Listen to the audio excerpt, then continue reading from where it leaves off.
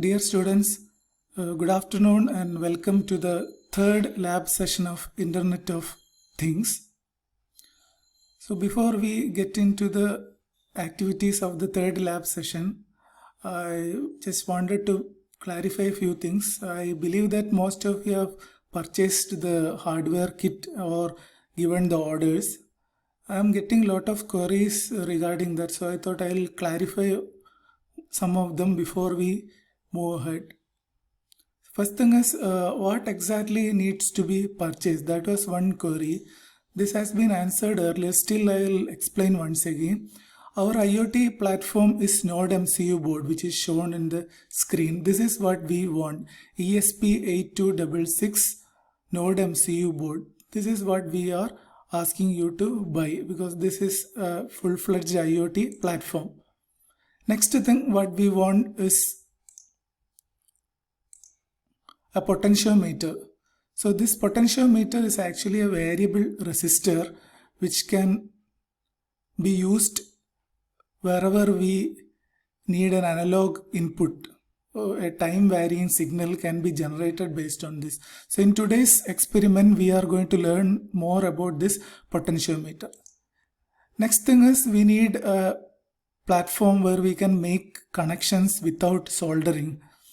This is known as a breadboard where we can prototype all our IoT hardware projects. This will be useful for your use case implementation also. Next thing that we ask you to buy is a typical sensor, analog sensor known as LM35. So this is also a very low cost temperature sensor which can be used to make many IoT applications. So these along with jumper wires which are required for connecting the devices on the breadboard to the Node MCU are also required. Jumper wires comes in three types: male to male, male to female and female to female. I suggest you to buy all types in 5 quantity each so that you can use them for your upcoming use case implementation as well.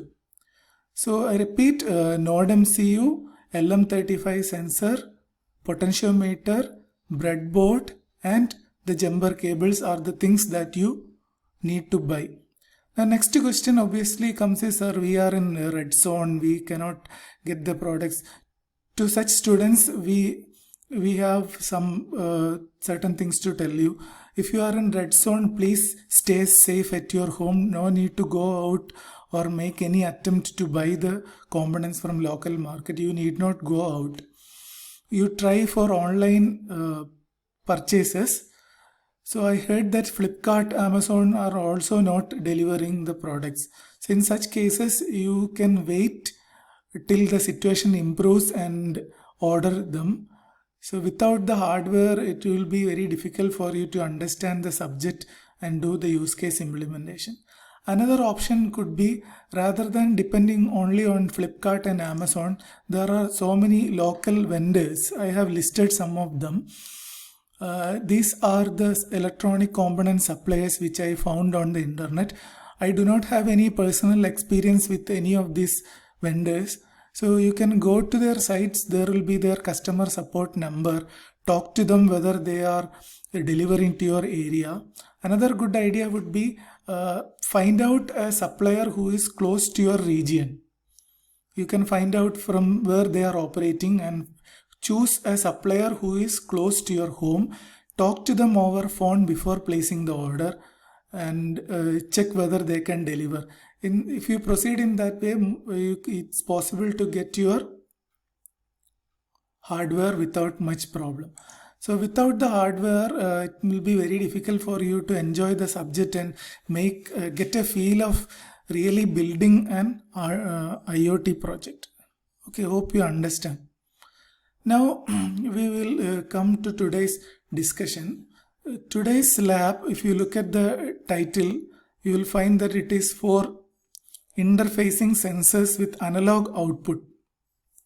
So we use sensors to get the external world data into the system. So sensors will act as transducers, getting values from the environment and feeding the microcontroller, and from the microcontroller it gets processed and it goes to the cloud for further analytics and so on.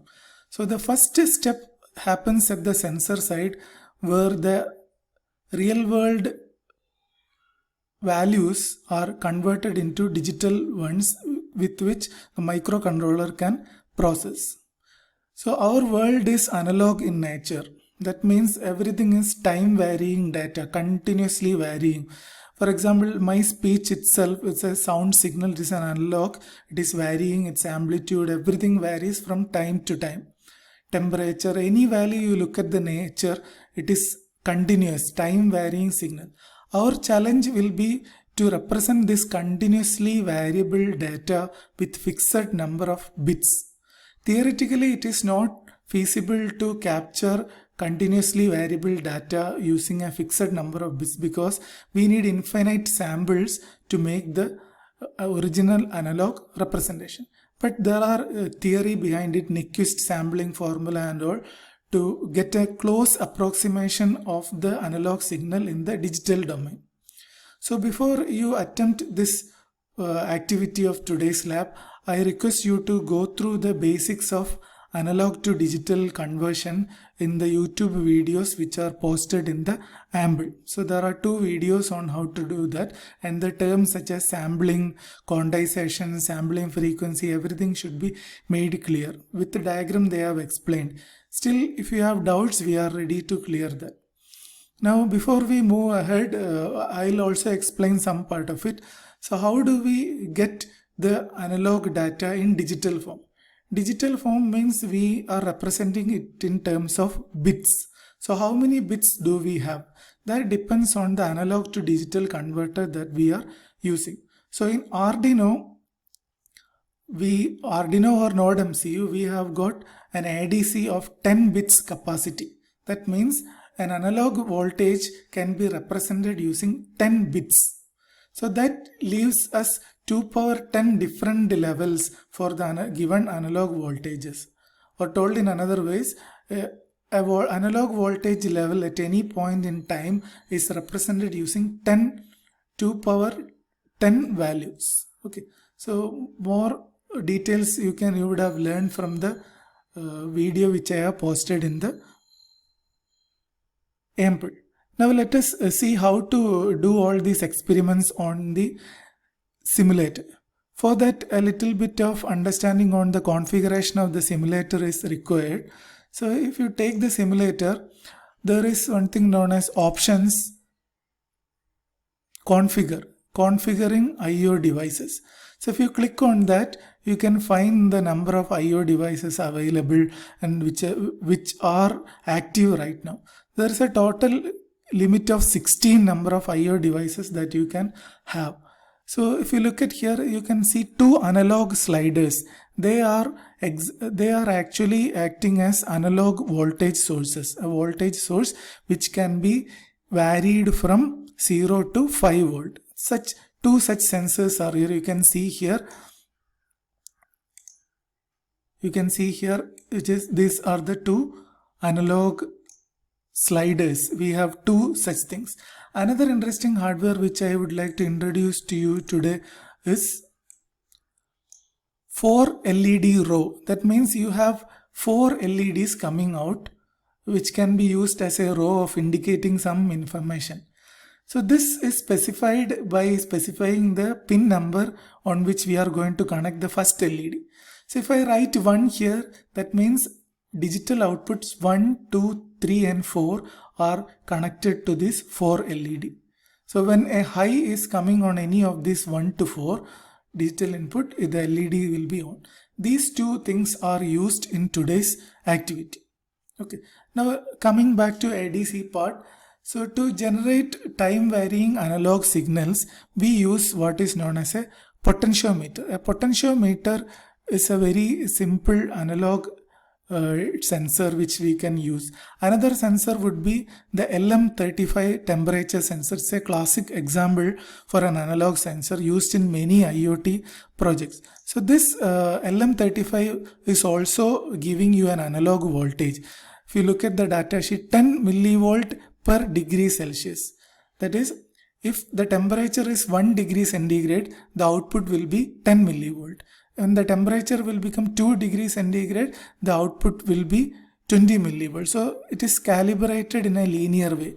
So if you want to interface LM35 to the sensor, to the LM35 to the microcontroller, you need to convert this 10 millivolt into corresponding digital data. That is done by the ADC which is present inside the Arduino. So we will connect LM35 to the analog input pins of the Arduino and run the program. We get the temperature data. It is as simple as that. So a video demonstrating the use of temperature sensor with Arduino is also posted in the AMBL. So I request all students to carefully watch that video and make notes. Okay. Now let us see more details about the video, more details on the potentiometer, which will be acting as a dummy analog input sensor in the next video.